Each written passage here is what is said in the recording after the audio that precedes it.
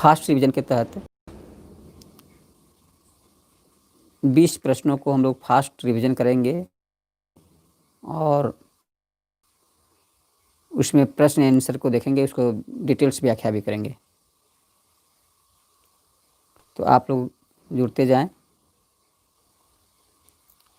पाराडा science centre आपके Sunday के दिन में आपके सभी प्रश्नों का जवाब देता है। क्योंकि प्रश्न आज आप लोग के लिंक में कम थे, नहीं थे, इसलिए मैंने एक लाइव सेंटर चलाया है, लाइव साइंस टेस्ट सीरीज शुरू किया हूँ और इसको आज हम लोग देखेंगे। लास्ट में आप कमेंट में कुछ प्रश्न भी होंगे तो आप अपना डाल सकते हैं। प्रश्न का जो हम लोग, आपका जो प्रश्न होगा उस कमेंट को में हम आपके प्रश्नों को भी देख करके उसको हम लोग करेंगे। ठीक है, तो चलिए ठीक है, शुरू करते हैं। आप लोग अपना जवाब तैयार रखिए। पहला प्रश्न आपको दिखाई दे रहा है। पहला प्रश्न है, चेन्नई में पानी 100 डिग्री सेल्सियस पर उबलता है तो यह सिक्किम में किस ताप पर उबलेगा? ठीक है,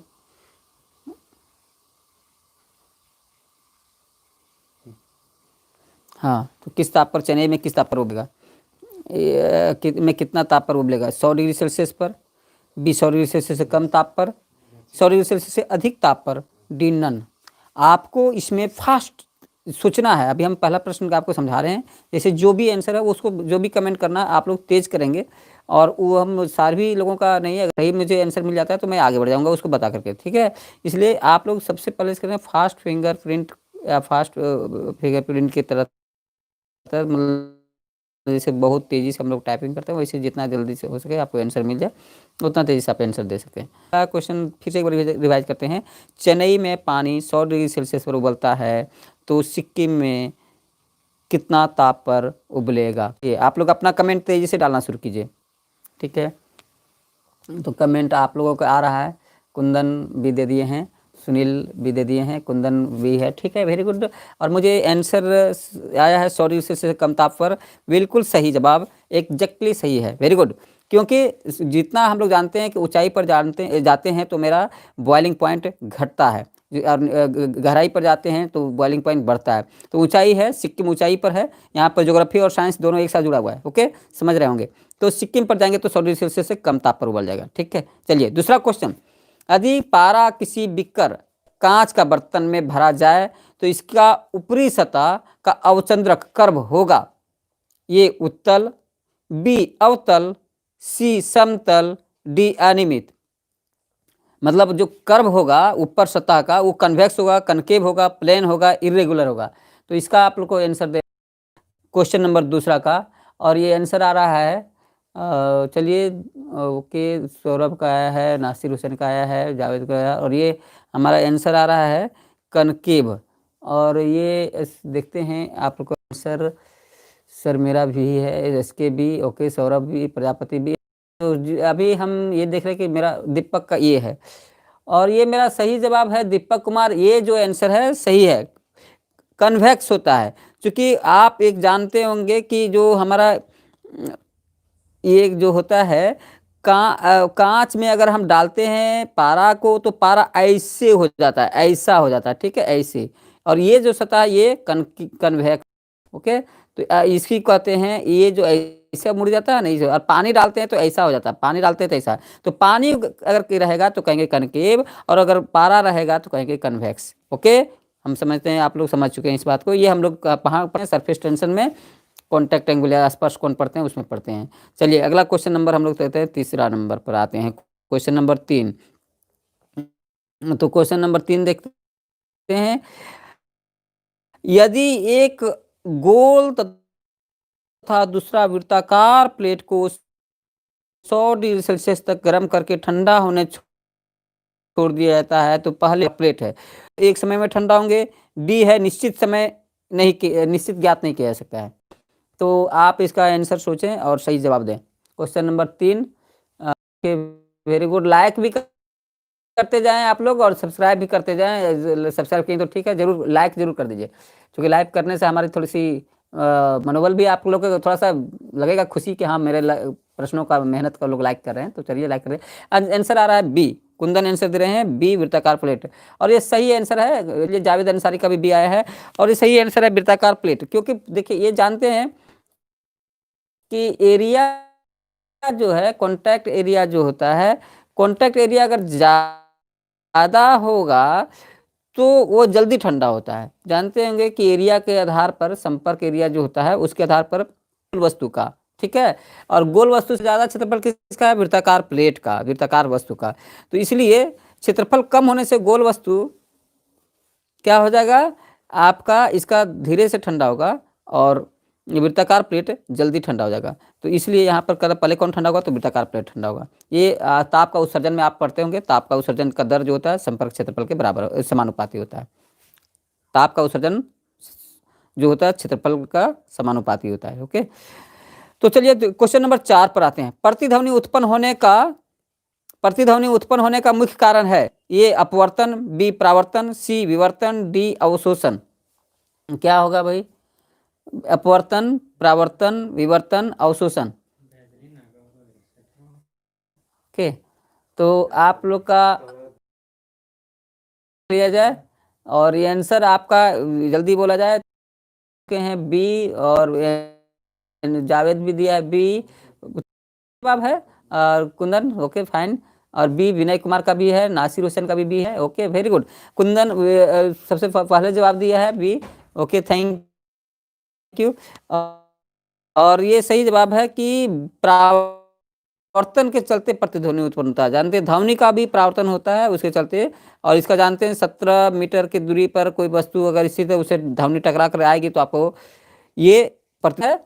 अधिक किसी गतिशील कण का वेग 1/3 कर दिया जाए तो गतिज ऊर्जा हो जाएगी। देखिए यहाँ पर थोड़ा आराम से क्वेश्चन आंसर दीजिए। गतिशील कण है, उसका वेग है जो भी है उसको हम घटा देते हैं 1/3 तक, और घटा देते हैं तो क्या हो जाएगा? गतिज ऊर्जा क्या हो जाएगा? ये है 9 गुना, बी है 1/9 गुना, सी है 3 गुना, डी है 1/3 गुना। तो आंसर आ रहा है सुमित मान भी। चलिए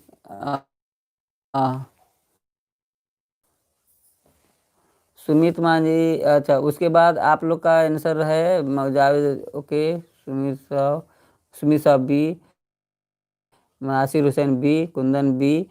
हाँ वेरी गुड, एक आपका लोग का बी है सुमित साहब। काइनेटिक एनर्जी बराबर क्या होता है? ये half M B square, half M B square, और हाफ एम बी स्क्वायर करेंगे 1/3, और 1/3 का स्क्वायर बराबर 1/9 हो जाएगा। ठीक है, चलिए 1/9 आंसर हो जाएगा।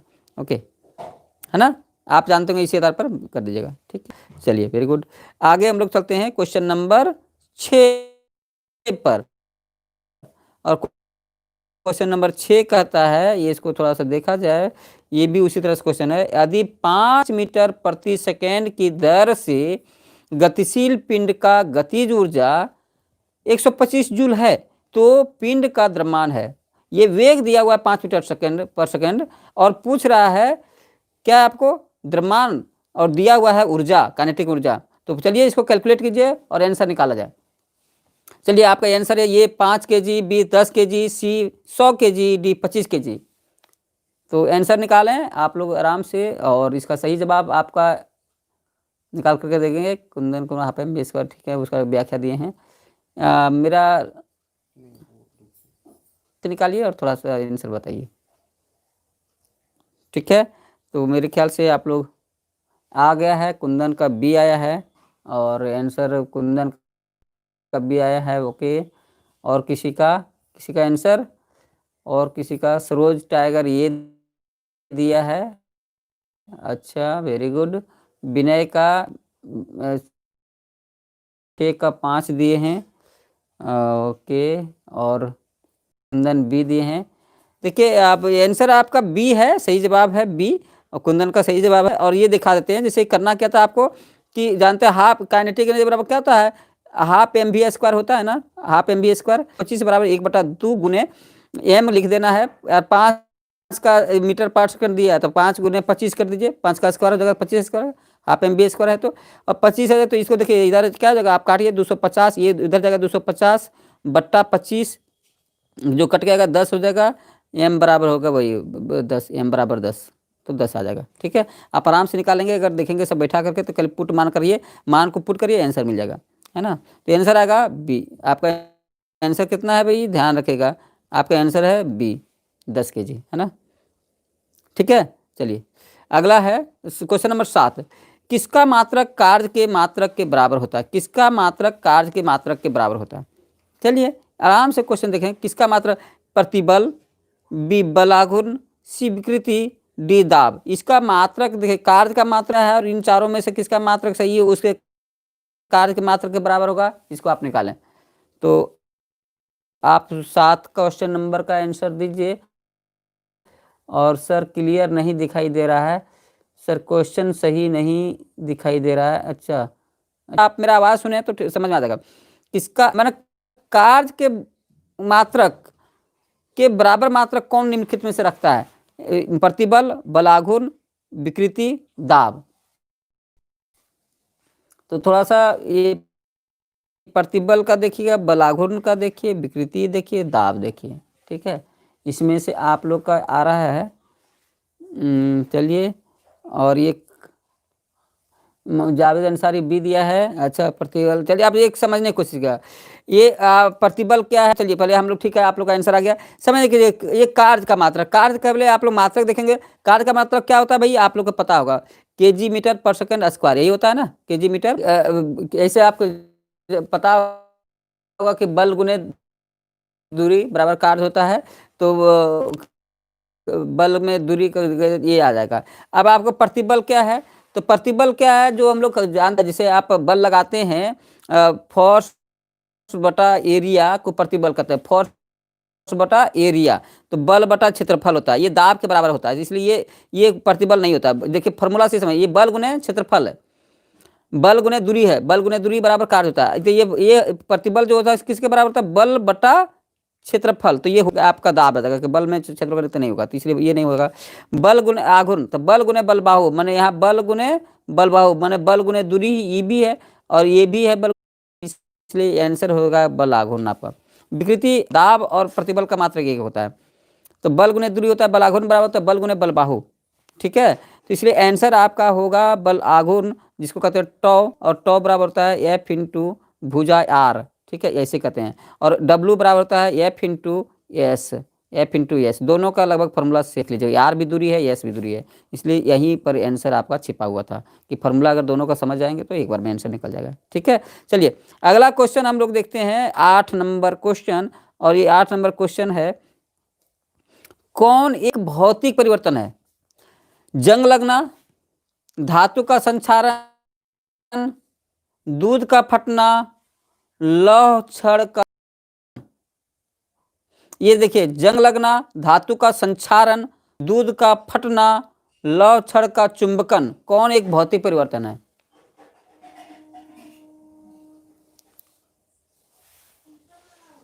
तो आंसर होगा, आप लोग आंसर दे देंगे। हाँ चलिए बताइए आप अपना आंसर। इसका आंसर, आप पीछे वाला क्वेश्चन का आंसर हम बताए थे क्या होता था, बलागुन, इसका तो हम बताते हैं। इसका आंसर आइए आप लोग। तो आंसर आ रहा है लोगों का ये डी, और very good, very good Kundan, ये सही जवाब है। ये चुंबकन जो होता है ये आंसर होगा, लोहा का। जैसे आप जंग लगना जो है रासायनिक अभिक्रिया होता है, जो ऑक्सीकरण होता है, जैसे लोहे का जंग लगना की रासायनिक अभिक्रिया है। धातु का संक्षारण, धातु का संक्षारण वही चीज़ है, किसी धातु का अपघटित होना, नमी अथवा ऑक्सीजन से जो ऑक्सीकृत हो जाता है, अवकृत हो जाता है, उसी को कहते हैं संक्षारण। जैसे लोहे का जंग लगना भी संक्षारण कहलाता है, चांदी का काला पड़ना भी संक्षारण कहलाता है। ठीक है, यानी कोई भी धातु जैसे अगर खराब हो जाते हैं हवा ऑक्सीजन से अभिक्रिया करके, रासायनिक अभिक्रिया करके, तो वो संक्षारण कहलाता है। तो ये भी एक रासायनिक अभिक्रिया है। दूध का फटना, दूध से जब फटता है तो उसमें क्या होता है, रासायनिक अभिक्रिया होता है, वो चीज़ें रासायनिक रूप से अलग पदार्थ बन जाता है। जैसे आप जानते हैं कि लैक्टिक एसिड बन जाता है, दूध में जो होता है वो लैक्टोज रहता है, लैक्टोज रहता है तब तक तो ठीक है, वो लैक्टोज जो है विघटित होकर के लैक्टिक एसिड बन जाता है, और लैक्टिक एसिड बन जाता है वही दही हो जाता है, जिसके चलते वो फट जाता है। तो यहाँ पर रासायनिक परिवर्तन हो जाता है। लौह का क्षण चुंबकन, लौह क्षण का चुंबकन जो होता है तो वो विद्युत चुंबक कर दिए, फिर अगर चुंबक कर दिए तो कोई दिक्कत नहीं, वही रहता है। फिर चुंबक उसके केवल भौतिक परिवर्तन होते हैं, एक जगह से इलेक्ट्रॉन एक जगह जमा हो जाते हैं, जिसके चलते चुंबकीय गुण दिखाने लगते हैं। तो इसलिए आंसर होगा डी, लौह क्षण का चुंबकन। ठीक है, बाकी तीनों जो है वो रासायनिक परिवर्तन, सॉरी हाँ ऊपर तीनों रासायनिक परिवर्तन है, डी है भौतिक परिवर्तन। चलिए अगला क्वेश्चन नंबर, कौन एक क्षारीय ऑक्साइड है? इसको ठीक से देखिए, क्षारीय ऑक्साइड पूछा जा रहा है। ए नंबर में है N2O5, बी में है Na2O, सी में है CO2, डी में है SO3। इसमें से आपको चुनना है कौन एक क्षारीय ऑक्साइड है, बेसिक ऑक्साइड है। बेसिक कौन है? इसका मतलब 3 कोई एसिडिक होगा और एक बेसिक है, तो इसको आपको ढूंढना है। 8 नंबर नहीं 9 नंबर का आंसर देखिए, और सर मेरा भी सही है। ओके जावेद, ठीक है आपका भी सही है।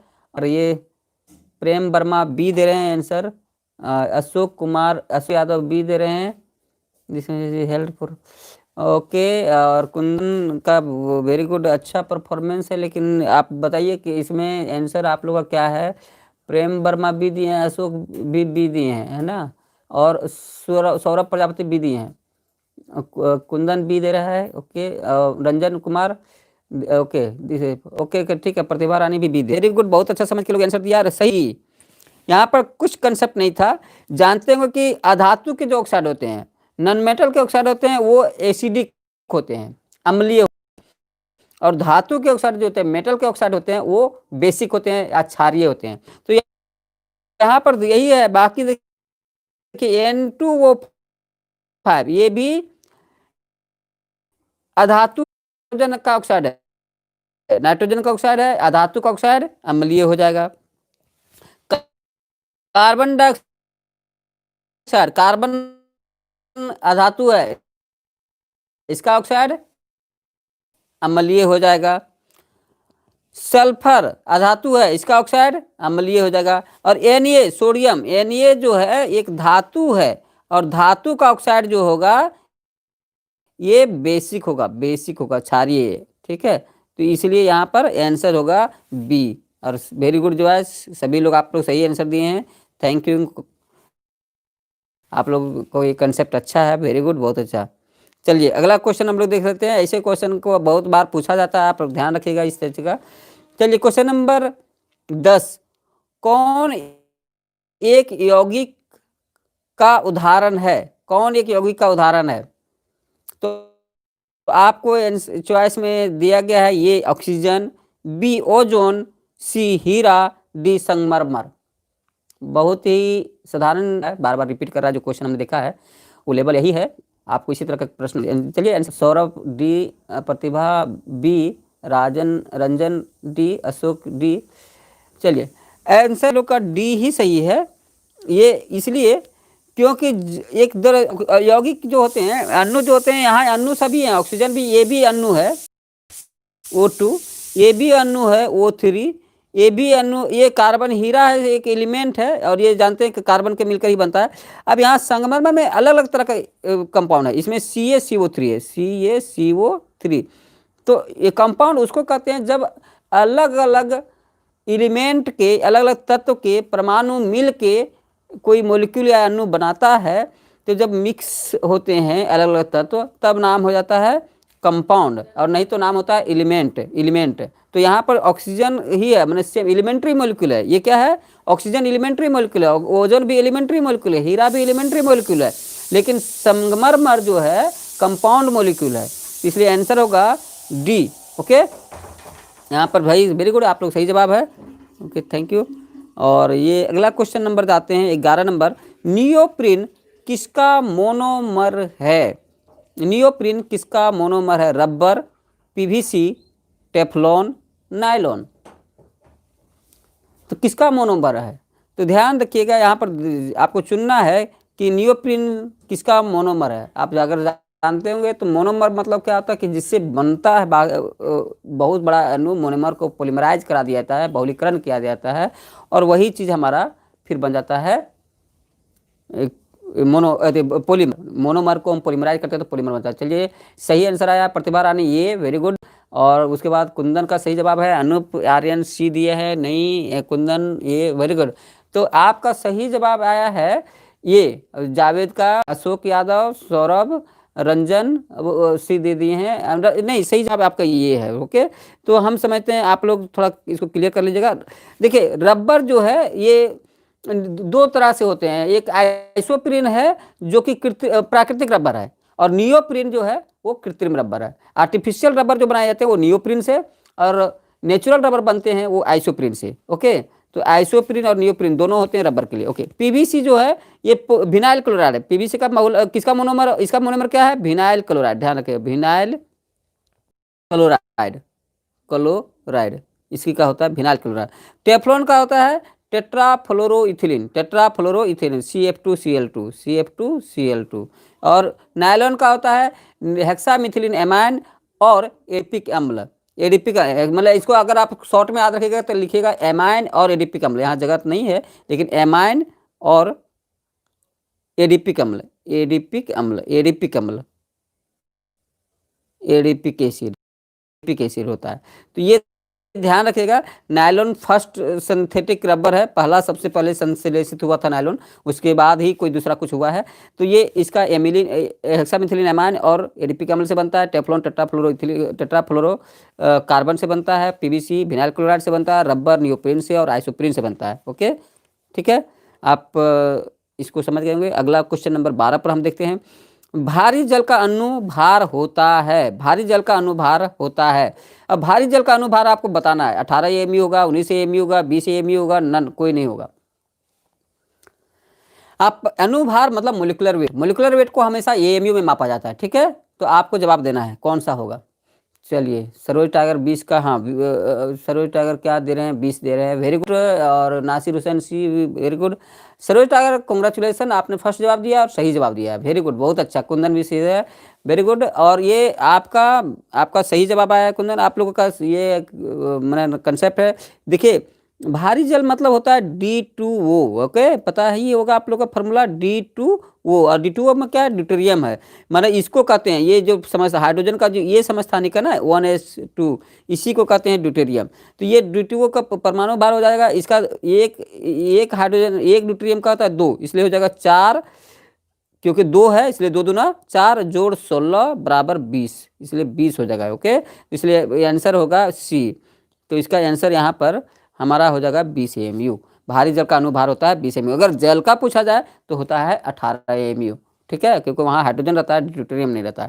तो वहाँ प्रोटियम से हाइड्रोजन कहते हैं, प्रोटियम को हाइड्रोजन ही हम लोग कहते हैं, और बाकी ड्यूटेरियम और ट्रिटियम जो है उसका जल बनता है। तो जो भारी जल बनता है वो ड्यूटेरियम ऑक्साइड होता है। फार्मूला का नाम भी पूछा जाता है कभी कभी, तो ये भी ध्यान रखना है। चलिए, क्वेश्चन नंबर 13, निम्न में से कौन एक हैलोजन तत्व है। हैलोजन कौन है, गंधक यानी सल्फर, फॉस्फोरस, ब्रोमीन, सिलिकॉन, इसमें से आपको हैलोजन तत्व किसको कहेंगे, हम लोग किसको हैलोजन तत्व कहेंगे। तो ये बहुत ही कॉमन क्वेश्चन है, ऐसे क्वेश्चन आजकल आपसे पूछे भी जा रहे हैं, इसलिए हमें लगता है इस तरह का तैयारी तो हम लगता है सभी मेरे विद्यार्थियों को होना चाहिए। और ये वेरी गुड, सही जवाब दिए हैं लोग। रंजन कुमार सी दिए हैं, जावेदर सी दिया है, नासिर हुसैन सी दिया है, इधर डी भी दे दिए हैं एक विद्यार्थी, लेकिन चलिए वो गुड्डू, लेकिन सही सुधार किए हैं। सोनू कुमार पांडे सी है, रंजन बी नहीं होगा, सरोज टाइगर सी सही है। और ये दीनबंधु सी दिए हैं, SK सी दिए हैं, रंजन बी नहीं होगा, प्रतिभा सी दी है, अनूप आर्यन सी दिए हैं, कुंदन सी दिया है। Okay, very good. Deenbandhu Bharti C कर दिए हैं। Okay, Nasir Hussain bromine. Okay, thank you. तो ये आंसर होना चाहिए ब्रोमीन, सही जवाब है। आप लोग का थोड़ा सा इसको रिफ्रेश करने के लिए इस तरह से क्वेश्चन कभी कभी दिए जाते हैं, तो आंसर होगा C, है ना, ब्रोमीन। ब्रोमीन जो 7A ब्लॉक के होते हैं, 7A वर्ग के तत्व, 7A वर्ग के तत्व हैं, ये सभी हैलोजन कहे जाते हैं। जिसमें कौन आता है, फ्लोरीन, इसमें कौन कौन आ जाएंगे हैलोजन में, तो ध्यान रखिएगा, हैलोजन में आते हैं फ्लोरीन, क्लोरीन, ब्रोमीन, आयोडीन, ये सभी हैलोजन तत्व हैं। ठीक है, ओके। तो चलिए अगला क्वेश्चन नंबर 14, जल में किस पदार्थ को अभिक्रिया से बचाने के लिए रखा जाता है। जल में किस पदार्थ को अभिक्रिया से बचाने के लिए रखा जाता है, मैंने जल के अंदर किस पदार्थ को रखते हैं। ये सोडियम, B पारा, C फॉस्फोरस, D गंधक। जल में किसको रखा है, जल जाता है, ऑक्सीजन से अचानक जल उठता है। अनुपार्यन भी सी दिया है, ये अनुपार्यन ये नहीं, आंसर होना चाहिए C। वो सोडियम को किरासन तेल में रखा जाता है, सोडियम को किरासन तेल को रखा जाता है। देखिए क्वेश्चन ये भी आता है, सही जवाब है इसको किरासन तेल में रखा था, के ऑयल में, ठीक है। और फास्फोरस को किस में रखा था, वाटर में, जल में। तो इसको रखते हैं वाटर में और इसको रखते हैं किरासन तेल में, ध्यान रखिएगा। तो ये आंसर है आपका सी। आपको क्वेश्चन पूछेगा जल में किस पदार्थ को रखा जाता है। और पारा को तो कोई दिक्कत नहीं है, कहीं आपको कभी इसके, हाँ कभी कभी पारा से भी क्वेश्चन निकाला था कि इसको रखा जाता है पारा को, तो इसमें लोहा के बर्तन में रखा जाता है, लोहा के बर्तन में। पारा को किस में रखते हैं, लोहा के बर्तन में, ध्यान रखिएगा, आयरन के बर्तन में रखते हैं। पारा को कभी कभी पूछा जाए तो लोहा के बर्तन में रखते हैं, ये भी ध्यान रखिएगा। गंधक के लिए कोई दिक्कत नहीं, आप इसको रखें, ये बहुत स्लो रिएक्शन करता है, इसको कोई दिक्कत नहीं, कहीं रख सकते हैं। तो सोडियम को के ऑयल में, पारा को लोहा में, फॉस्फोरस वाटर में, ठीक है। चलें अगला क्वेश्चन हम लोग बढ़ते हैं, और ये क्वेश्चन नंबर 15 आते हैं हम लोग। ये 15, प्लाज्मोडियम के द्वारा कौन सी बीमारी होती है। प्लाज्मोडियम के द्वारा कौन सी बीमारी होती है, क्वेश्चन है। प्लाज्मोडियम एक जानते होंगे शायद प्रोटोजोआ है, आप लोग जानकारी होगी, प्लाज्मोडियम एक प्रोटोजोआ है जिससे बीमारी होती है। तो कौन सी बीमारी होती है, नींद की बीमारी, स्लीपिंग सिकनेस, बी हैजा, कोलेरा, सी मलेरिया, डी प्लेग। इसमें कौन सी बीमारी होगी, कुंदन लिख रहा है सी, और कुंदन वेरी गुड, सीताराम ये नहीं, प्रतिभा रानी सी, वेरी गुड, सही जवाब, एस के सी, सरोज टाइगर सी, रंजन सी, विश्वजीत राय सी, कुंदन सी, वेरी गुड। और सही जवाब है मलेरिया, एग्जैक्टली सही है, आप लोग बहुत अच्छा तैयारी रखे हैं, कोई दिक्कत नहीं। मलेरिया, नींद की बीमारी जो होता है ये अलग बीमारी है, और ये स्पेशली ये एक मच्छर है, सीसी फ्लाई, टीसी फ्लाई कहते हैं, सीसी फ्लाई, जिससे ट्रिपोनोसोमा होता है बैक्टीरिया, उससे होता है ये बीमारी, ट्रिपोनोसोमा बैक्टीरिया से। हैजा जो होता है, कोलेरा, ये कोस्कोमा विब्रियो एक जीवाणु है, ये जीवाणु से जनित होता है, कोस्कोमा विब्रियो से होता है, विब्रियो जीवाणु से, याद रखेगा, विब्रियो जीवाणु है ये, विब्रियो जीवाणु से होता है। प्लेग जो होता है पास्चुरेला पेस्टिस है, पास्चुरेला पेस्टिस, पी पेस्टिस, इस जीवाणु से होता है, ठीक है। ये पास्चुरेला पेस्टिस से होता है। ये ट्रिपनसोमा जीवाणु से होता है, ट्रिपनसोमा लिखने की जगह नहीं है, ट्रिपनसोमा। मलेरिया जो है ये प्लाज्मोडियम से होता है। प्लाज्मोडियम कई प्रकार के होते हैं, जैसे प्लाज्मोडियम वाइवेक्स होता है, प्लाज्मोडियम फैलेक्स, प्लाज्मोडियम मैलेरी होता है, प्लाज्मोडियम फैल्सीपेरम होता है, ठीक है। तो इसलिए से है मेनली पी वाइवेक्स से ज़्यादातर मलेरिया होता है, और पी फैल्सीपरम से जो होता है वो सबसे खतरनाक मलेरिया होता है। तो पी फैल्सीपरम वाला मलेरिया जो होता है सबसे खतरनाक होता है, और वही कभी कभी पूछा भी जाता है आपसे। चलिए अगला क्वेश्चन है, दही में, 16 नंबर क्वेश्चन है, दही में कौन सा जीवाणु पाया जाता है। बहुत ही कॉमन क्वेश्चन है, और हमको लगता है ये जवाब आप लोग अच्छा से दे लेंगे। दही में कौन सा जीवाणु पाया जाता है, ये क्लोस्ट्रीडियम, बी स्ट्रेप्टोकोकस, सी राइजोबियम, डी लैक्टोबैसिलस। और ये आंसर आप लोगों का बहुत तेज़ी से आया है, जावेद अंसारी का, वेरी गुड जावेद, फास्ट आपका आंसर आया। पार्यन आपका भी सही है, 16, विश्वजीत राय, सोनू पांडे, सरोज टाइगर, विश्वास है कि इसमें कोई भी गलत नहीं करेंगे, कंदन, रंजन, प्रतिभा, दिनबंधु, सीताराम, ओके फाइन, सभी आप लोग इसमें सही जवाब दिए हैं। और ये फास्ट आंसर आप लोग का जावेद का था, बहुत अच्छा, क्लोस्ट्रीडियम। और ये आपका सही आंसर है लैक्टोबैसिलस, सॉरी, लैक्टोबैसिलस का करेक्ट आंसर। जो दूध को दही में बदलता है वो जीवाणु है लैक्टोबैसिलस, फाइन, ओके। और ये हम लोग बार बार इस क्वेश्चन को पूछा जाता है, ये सब याद रखना है, जीवाणु का नाम है ना, भूलना नहीं है जीवाणु का नाम। चलिए क्वेश्चन 17, किस पदार्थ का उपयोग रक्त में हेमोग्लोबिन को बढ़ाने के लिए किया जाता है। अगर बढ़ाना है तो क्या लेंगे आप, ये क्वेश्चन है। ये नमक खाएंगे, बी लौह पदार्थ का अधिक सेवन करेंगे, सी शक्कर खाएंगे, डी नन, कुछ भी नहीं खाएंगे भैया, हवा बढ़ जाएगा। तो इसमें आंसर आपका आ रहा है ये डी, और क्या है इसके डी, क्या है ना, यहाँ विश्वजीत राय 17 बी दिए हैं, और ये प्रतिभा रानी बी दी है, अनुपार्यन बी दिए हैं, एसके बी दिए हैं, वेरी गुड, आप लोग सही जवाब बी, सरोज बी, पराड़ा solution B, Sonu Kumar Pandey B, अच्छा, Kundan B, Ranjan B, okay, Guddu B. चलिए भाई, बी बी करके आप लोग सही कर दिए हैं, बी ही करेक्ट आंसर है, कुछ बात करने की जरूरत नहीं है, लौह पदार्थ इज द करेक्ट आंसर। यानी आयरन से बने हुए पदार्थ, जैसे हम लोग खाते हैं सेव या पालक, या फिर जिसमें भी राई में भी ज़्यादा लौह पदार्थ होते हैं, उसको खा करके हम लोग हेमोग्लोबिन बढ़ाते हैं, क्योंकि हेमोग्लोबिन में हेम जो है लौह पदार्थ होता है, और उसके लिए भोजन में हमारा लौह तत्व होना चाहिए, ठीक है। तो वेरी गुड, एनीमिया पेशेंट को हम लोग जैसे एरोबिक रिस्पिरेशन होता है, एनाएरोबिक रिस्पिरेशन होता है, तो इसमें से एरोबिक रेस्पिरेशन कहाँ होगा? प्रोटोप्लाज्म में, बी माइटोकॉन्ड्रिया में, सी हरित लवक में और डी नन। तो आप लोग का आंसर आ गया है और ये आंसर है कुंदन का बी, गुड्डू का बी, नहीं कुंदन का आंसर है बी। उसके बाद प्रतिभा रानी बी, और ये सही जवाब आप लोग का, और ये is the correct answer. Mitochondria सबसे एसके बी आया है, रंजन बी, ओके, अनुपारिन बी और कुंदन बी, विश्वजीत राय बी। सही जवाब आप लोग बी। ये माइटोकॉन्ड्रिया होता है, जानते हैं इसको। अगर आपका अगर माइटोकॉन्ड्रिया में ही होता है ऑक्सीशोषण और अनऑक्सीशोषण, अगर माइटोकॉन्ड्रिया जो अगर ये ऑक्सीजन रहता है तो वहाँ क्रेब्स चक्र होता है। इसके अंदर क्या होता है? मेनली क्रेब्स चक्र होता है, क्रेब्स साइकिल होता है। और क्रेब्स साइकिल केवल किस में होता है? ऑक्सीशोषण में होता है, ऑक्सीशोषण में होता है। इसीलिए माइटोकॉन्ड्रिया ऑक्सीशोषण के लिए जरूरी है। अगर ऑक्सीशोषण नहीं होना है तो प्रोटोप्लाज्म में होगा। केवल कहता है अनऑक्सीशोषण किस में होगा, तो कहेंगे प्रोटोप्लाज्म में होगा। अनऑक्सीशोषण प्रोटोप्लाज्म में होगा, ऑक्सीशोषण माइटोकॉन्ड्रिया में होगा। ओके, ठीक है। चलिए अगला क्वेश्चन नंबर 19 नंबर, कैप्सोमियर क्या है? What is capsomere? जीवाणु का कोशिका भित्ति, माने सेल वॉल ऑफ बैक्टीरिया। पूछो क्या रहा है? जीवाणु का कोशिका भित्ति, विषाणु का प्रोटीन कवच का इकाई, कोशिका का अंग, नन। मतलब ये पूछ रहा है कि कैप्सोमियर क्या है? जीवाणु या बैक्टीरिया का सेल वॉल है, या वायरस का एक प्रोटीन कवरिंग है, और या फिर कोशिका का अंग यानी सेल का कोई ऑर्गेनेल्स है, और डी कोई नहीं। तो इसमें आंसर दिया गया है, चलिए ये कुंदन का आंसर है बी, विश्वजीत का 19 का बी, और एसके का बी, ये Pratibha Rani B, Mohammad Javed Ansari B. Very good. Capsomere जो होता है कोशिका के बाहर, सॉरी वायरस के बाहर, वायरस के बाहर इस तरह से एक आवरण बन जाता है, और इसके अंदर कुछ ये डीएनए आरएनए रहते हैं, इसको कहा जाता है कैप्सोमियर, इसी का नाम है कैप्सोमियर।